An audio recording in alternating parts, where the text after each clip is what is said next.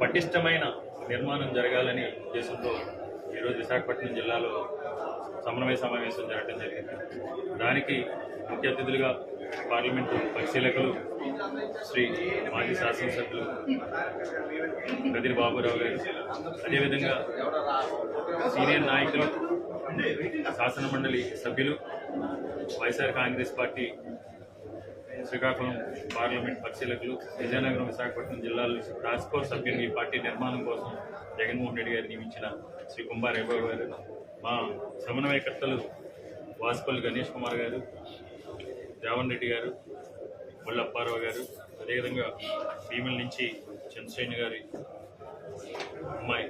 శ్రీరమ్మ, ఇతర పార్టీకి సంబంధించిన జిల్లా కార్యవర్గం, రాష్ట్ర కార్యవర్గం అందరూ కూడా అటెండ్ అవ్వడం జరిగింది. దీని యొక్క లక్ష్యం ఏంటంటే క్షేత్రస్థాయి నుంచి కూడా వైఎస్ఆర్ కాంగ్రెస్ పార్టీని బలోపేతం చేసి ఒక పటిష్టమైన పార్టీ నిర్మాణం జరిగి తద్వారా పార్టీ కార్యక్రమాలతో పాటు ముఖ్యంగా అన్నిటికంటే ముఖ్యంగా మా నాయకుడి యొక్క ఆదేశం ఏంటంటే పార్టీ నిర్మాణం జరిగి తద్వారా క్షేత్రస్థాయి వరకు ప్రజలకు ఏ రకమైన మోసం జరుగుతుంది, వెసులుబాటు ఉండి కూడా ఈ కూటమి ప్రభుత్వం ప్రజల్ని ఏ విధంగా మోసం చేస్తుంది, ఓటు బ్యాంక్ రాజకీయాలు కాకుండా ప్రజా ప్రయోజనాల కోసం అధికారాన్ని ఉపయోగించి ప్రజలకు మేలు చేయాలి తప్ప ఈ కూటమి ప్రభుత్వం అధికారంలోకి వచ్చిన తర్వాత ఏ విధంగా అధికార దుర్వినియోగం పాల్పడుతుంది అనేది తీసుకెళ్లాలని ఉద్దేశం. తప్పకుండా 45 రోజులు టైం ఫ్రేమ్ని నియమించడం జరిగింది. ఫిబ్రవరి 15వ తారీఖు కల్లా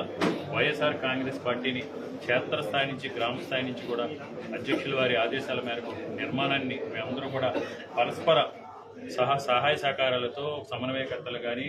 పార్లమెంట్ పరిశీలకులు కానీ, పార్లమెంట్ అబ్జర్వర్స్ కానీ, టాస్క్ ఫోర్స్ కమిటీ సభ్యులు కానీ, జిల్లా అనుబంధ సంఘాల అధ్యక్షులు కానీ, రాష్ట్ర కమిటీకి సంబంధించి కానీ అందరూ కూడా సమన్వయం పరుచుకొని ఎప్పటికప్పుడు ఈ విషయాల మీద ప్రతి 15 రోజులకు ఒకసారి ఒక సమావేశాన్ని జిల్లా స్థాయిలో ఈ విధంగా ఏర్పాటు చేసుకుని ప్రోగ్రెస్ తీసుకుని 3-15 అంటే 45 రోజుల్లోకి కమిటీ నిర్మాణాన్ని పూర్తి చేస్తాం. నిర్మాణం పూర్తి చేసిన తర్వాత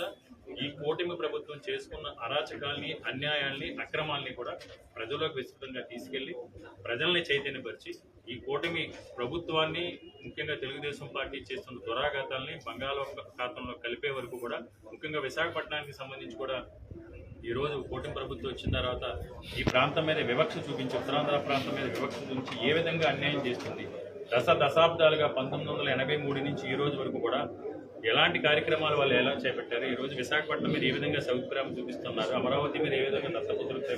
చూపిస్తున్నారు అనేది ప్రజల్లో తీసుకెళ్లాల్సిన అవసరం ఉంది. ఈ కమిటీ నిర్మాణం ద్వారా